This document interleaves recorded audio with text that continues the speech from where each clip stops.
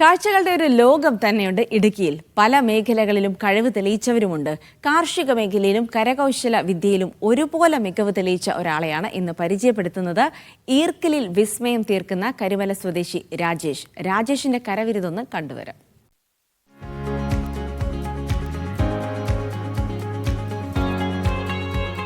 പതിനാലടി നീളമുള്ള സ്രാവ്, 11 അടി നീളമുള്ള മുതല, 10 അടി നീളവും 4 അടി ഉയരവുമുള്ള ദിനോസർ, 8 അടി നീളവും 4 അടി ഉയരവുമുള്ള സിംഹം, 3 അടി ഉയരവും 4 അടി നീളവുമുള്ള കപ്പൽ, പരുന്ത്, ആമ, അങ്ങനെ ജീവസുറ്റ ഒരുപിടി ശില്പങ്ങളുണ്ട് രാജേഷിന്റെ പക്കൽ.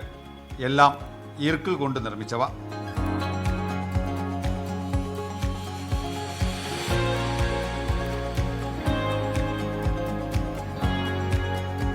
അപ്പോൾ ഇതൊക്കെയാണ് രാജേഷ് ചേട്ടൻ്റെ കലാസൃഷ്ടികൾ.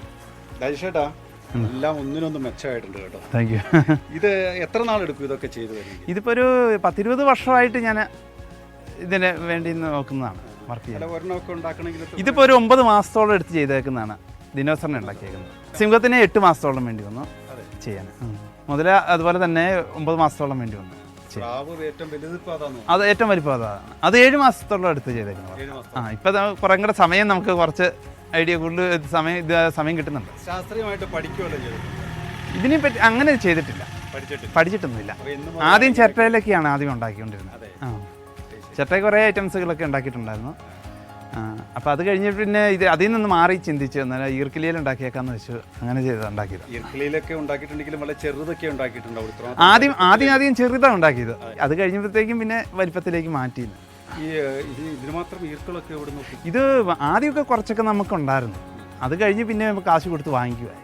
എവിടെയെങ്കിലും എക്സിബിഷനോ പ്രദർശനമൊക്കെ? എക്സിബിഷൻ കോട്ടയത്ത് വെച്ചിട്ടുണ്ട്, അതുപോലെ തിരുവല്ല വെച്ചിട്ടുണ്ട്. അവിടെ നിന്നൊക്കെ നല്ല സപ്പോർട്ടായിരുന്നു, ജനങ്ങളിൽ നിന്ന് നല്ല സപ്പോർട്ടാണ്. ആരെങ്കിലുമൊക്കെ ചോദിച്ചിട്ടുണ്ടാവോ ഇത് എനിക്ക് തന്നെ? ഉണ്ട്, ചോദിച്ചിട്ടുണ്ട്. മുതലാളിനെയൊക്കെ ചോദിച്ചേക്കുന്നതായിരുന്നു. നല്ലൊരു എമൗണ്ടിന് ചോദിച്ചതായിരുന്നു. എന്തുകൊണ്ടാണ് കൊടുക്കാത്തത്? അത് കൊടുക്കാത്തതെന്ന് വെച്ചാൽ ഇത് മേടിച്ചുകൊണ്ട് പോകുന്ന വ്യക്തികൾ അവരുടെ വീടുകളിലൊക്കെ സൂക്ഷിക്കുകയുള്ളൂ. അത് പിന്നെ പുറത്ത് ആർക്കും കാണാനും ഇത് പെട്ടെന്ന് ഉണ്ടാക്കാവുന്ന ഒരു സംഭവം അല്ലല്ലോ. അത് നമ്മുടെ കയ്യിൽ നിന്ന് കൈവിട്ട് പോയി കഴിഞ്ഞാൽ പിന്നെ ഉണ്ടാക്കുന്ന അത്രയും ടൈമിങ് കൂടെ പിന്നെയും എടുക്കും. അതുകൊണ്ട് ഇതെവിടെയെങ്കിലും ഒരു മ്യൂസിയം പോലെ സെറ്റ് ചെയ്യുകയാണ്, ഗവൺമെൻറ് തലത്തു നിന്നൊക്കെ നല്ലൊരു സപ്പോർട്ട് വരുവാണെങ്കിൽ അങ്ങനെ ചെയ്താലോ എന്ന് എനിക്കൊരു ആലോചനയുണ്ട്. ഇപ്പം ഇതുവരെ ഇല്ല. ഞാൻ ഇപ്പോഴാണ് അതിനെപ്പറ്റി കൂടുതലായിട്ട് ആലോചിച്ചത്. ഇത് കൊണ്ടുപോകാനൊരു പാടാണ്, വലിയ ലോറിക്ക് വേണം നമ്മൾ കയറ്റിക്കൊണ്ട് പോകണമെങ്കിൽ.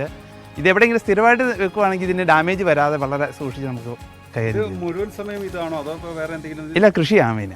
അതെ, ഇടയ്ക്ക് രാവിലെയും വൈകുന്നേരങ്ങളിലും നിന്ന് ഉള്ള വർക്കാണ് ചെയ്യുന്നത്. അതെ, വീട്ടുകാരൊക്കെ മുഴുവൻ സപ്പോർട്ട്? വീട്ടുകാരുടെ സപ്പോർട്ടാണ്.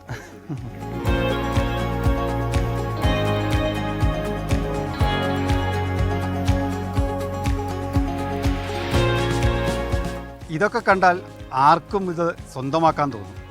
പക്ഷേ കൈവിട്ട് കളയാൻ രാജേഷ് ഏട്ടൻ തയ്യാറല്ല. സ്വന്തമായി ഒരു മ്യൂസിയം തുടങ്ങണം. അതാണ് രാജേഷ് ഏട്ടൻ്റെ കാലങ്ങളായുള്ള ആഗ്രഹം. അത് സാധിക്കട്ടെ എന്ന് ആശംസിക്കുകയാണ്. ഇടുക്കിയിൽ നിന്ന് സിജോ വർഗീസ്, മീഡിയ 1.